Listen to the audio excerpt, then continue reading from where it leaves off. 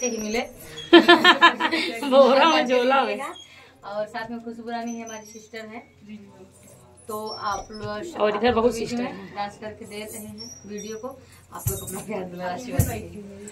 हाथों में तीन तीन चूड़ी, चूड़ी के बीच कंगन, कंगन मोर धावे कलाई। हाथों में तीन तीन चूड़ी, चूड़ी के बीच कंगन, कंगन मोर धावे कलाई। जाई कही अपने बारे ससुर से, जाई अपने बारे ससुर से।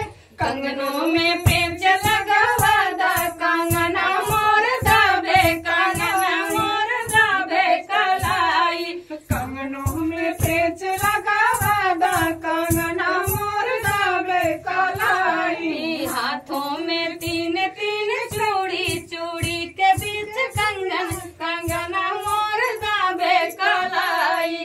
जाई कही अपने बारे भसुर से, जाई कही अपने बारे भसुर से।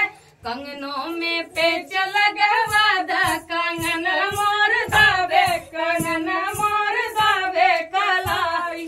कंगनों में पेच लगवा दा, कंगन मोर दाबे कलाई। हाथों में तीन तीन चूड़ी, चूड़ी के बीच कंगन, कंगन मोर दाबे कलाई। जाई कही अपने बारे बलम से, जाई कही अपने बारे बलम से।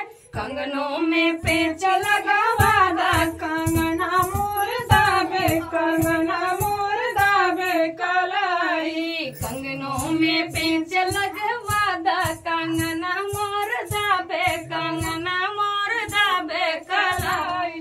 हाथों में तीन तीन चूड़ी, चूड़ी के बीच कंगन, कंगना